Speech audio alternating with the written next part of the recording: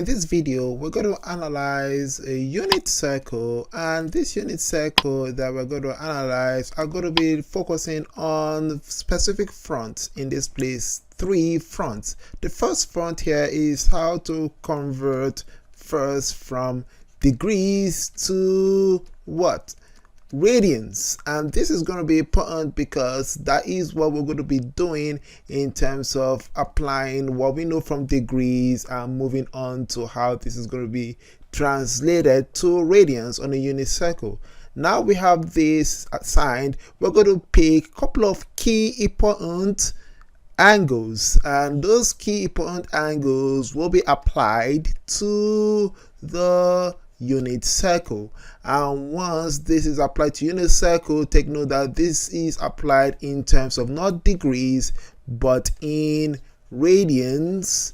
We are finally going to see how we can analyze the unit circle based on the radians and notice some interesting patterns that you observe on your radians fractions, let's put it that way, as it relates to the angle on a unit circle. So let's begin with the first part, which is picking angles and transforming them to radians. Now, in our first step, which is to convert from degrees to radians, we're going to pick 2 angles, and these 2 angles will enable us to see how those angles in degrees is equal to that of the radians. And now for we to accomplish this, we need to observe a pathway that will lead us from A to B, which is from degrees to radians. And the pathway involves the following.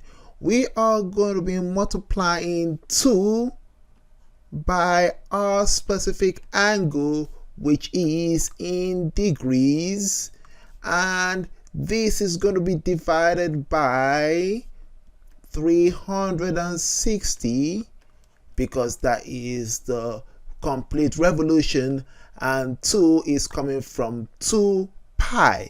And so this here is going to be multiplied by pi. And once we multiply this by pi, we are going to have our answer in radians, which is going to be expressed as, well, your new theta. And so this here, we're going to apply angles in degrees, and these angles that are 2 as follows. We're going to pick 30 degrees and we're going to pick 45 degrees. So before we jump into this, what I want you to do is use this formula to determine what the primary radians of 30 degrees is, and also for 45 degrees. And once you're done, you play and let's see the solution. Now for 30 degrees, we have this here to be multiplied by 2, and so 2 times 30 divided by 360 pi will be equal to 60 pi divided by 360, and therefore our primary angle in radians will be equal to what? It will be equal to pi over 6 radians. And this is going to be fun to see how you know these and how you can now apply it to 45 degrees. And for 45 degrees, repeat the same thing like what we did previously. 2 times 45 divided by 360 pi is equal to, in this case, we have 90 over 360 pi, and this will be equal to what? The equivalence of 45 degrees is going to be pi over 4 radians. And so these are the 2 key angles that we need to know first, and knowing the angle in degrees will enable us using this formula to get to the radians equivalence. Now this radians equivalence will be important on our next step, which is how we can find them on our unit circle and determine families of not only the 30 degrees but also 45 degrees. Now we're going to determine the 30 degrees, or in this case pi over 6 family, and this is going to be applied to our unit circle and how to locate them. I know for a way to accomplish this, all we have to do is just divide your unit circle into 12 pieces, which means that we are going to have two lines that are equally distant from each other on each quadrant, and this is how it's going to look like. Now remember that this here is just an approximation, and the spacing, just keep that in mind for the spacing to be an approximation. Now the next step here is to assign our x and our y on our axis, and these are as follows, where this is x and this is y, and we are going to start on our x-axis and move counterclockwise, and by moving counterclockwise we are going to be able to figure out what are the angles that are made from 0 to 30 to 60 to 90 and so on and so forth. So remember that as we move, starting from, in this case, 30 degrees or pi over 6, we're going to be going plus 30 each time, or you're going to go in this case, plus pi over 6 each time. But in this case here, we're not going to be using degrees, but we're going to be using radians, which is pi over 6 each time. And so we're going to start off with pi over 6 here, because you're starting at 0 and going to pi over 6, and then make another pi over 6, which gives you what? 2 pi over 6. And we see that the numerator is going to be increasing by 1 each time. And this is also, if you reduce it, to be equal to pi over 3. And next here is your 90 degree, which is on the y-axis, and this is equal to 3 pi over 6, or it is reduced to pi over 2. And this here, which is plus pi over 6, will give you 4 pi over 6, or 2 pi over 3. And the next here is going to 5 pi over 6, and this here, another pi over 6, gives us 6 pi over 6, which is half a revolution, which is also written as pi. Next is 7 pi over 6, followed by next 8 pi over 6, or you can reduce this to what? Reduce to 4 pi over 3. This is followed by 270 degrees, which is in this case written as 9 pi over 6, or this can be written as 3 over 2 pi. And this is followed by the next part, which is plus pi over 6, 10 pi over 6, or reduced to what? 5 pi over 3. And the next one here is 11 pi over 6.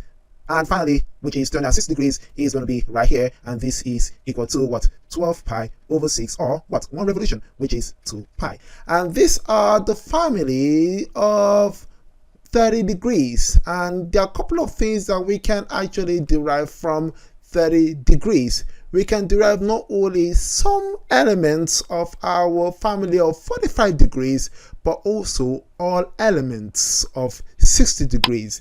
And for elements of 60 degrees, what we see is that we can actually start at 60 degrees, or what we can do is convert that to radians, and this will be equal to pi over 3. So I encourage you to try that out and see that yes, by doing this particular conversion process here, we'll be able, by putting 60 for degrees here, we'll be able to figure out that it is indeed pi over 3, which is what we have right here.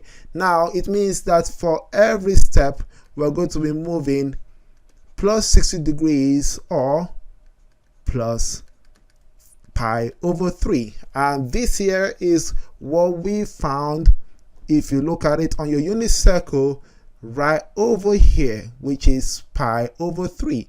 And so that means that from 0 you're going 60 degrees, which is pi over 3, which is going to be labeled right here. And next here is plus 60 degrees or plus pi over 3, which is 2 pi over 3. As you see, you notice a pattern that is going wherever you find the next part here, which is in this case 3 pi over 3, which is plus 60 degrees here, 3 pi over 3. This is also equal to pi. And next is plus 60 degrees, which is what? 4 pi over 3, which is right over here. And next is plus 60 degrees or plus pi over 3. That gives us 5 pi over 3, which is what we have right here. And finally here we have 6 pi over 3, which is also equal to 2 pi, which I'm going to write right over here, 6 over 3 pi. So this is how we're able to find the relationship between 30 degrees and 60 degrees family.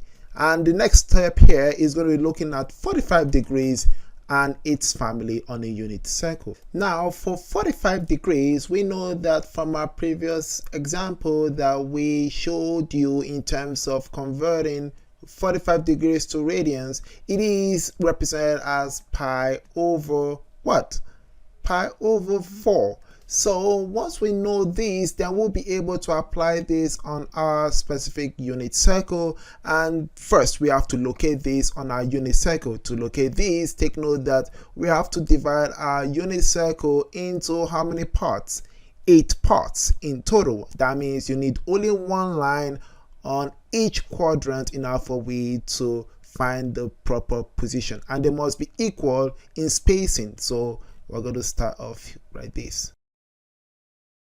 Now the next step is to eliminate some of the angles that are here that doesn't truly represent the family of 45 degrees or pi over 4. And now for we to do that, we need to recognize that some of the 30 degrees and all of the 60 degrees doesn't really match 45 degrees. In this case here, all I have to do is just erase lines, and this is how we can now begin with assigning our 45 degree of our pi over 4 family. In order for we to do that, remember that yes, for 45 degrees or pi over 4, moving around the circle counterclockwise, we need to move every step by adding 45 degrees or by adding pi over 4.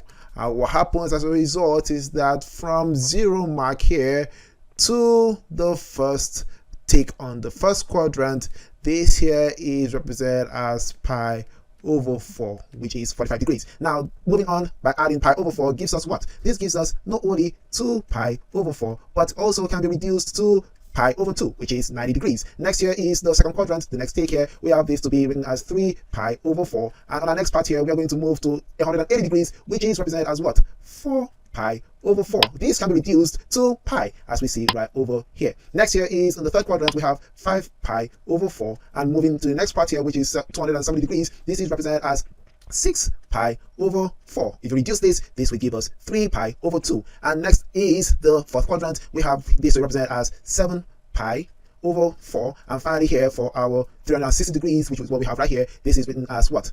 8 pi over 4. Or if you reduce this, it will give us 2 pi. And so these are the family of 45 degrees, and we are able to deduce all the specific numbers in terms of pi and radians. And this is going to be important for you to memorize. If you want to memorize it, please use this logic, apply it to not only 45 degrees but popularly 30 degrees and also 60 degrees.